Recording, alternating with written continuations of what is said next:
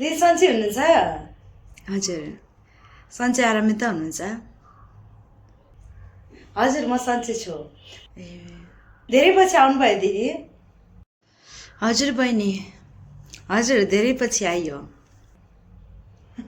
कति खुसी लाग्यो धेरै पछि आउनुभयो। अनि तपाईँले के कोदोको रोटी खानुभएको छ? कोदोको रोटी नै मैले कहिले खाएको छैन बहिनी, कस्तो हुन्छ नि? आज म कोदोको रोटी बनाउँछु है।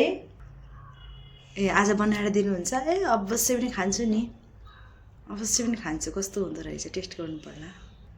हस् लौ न दिदी। हजुर बहिनी, ए पाक्यो?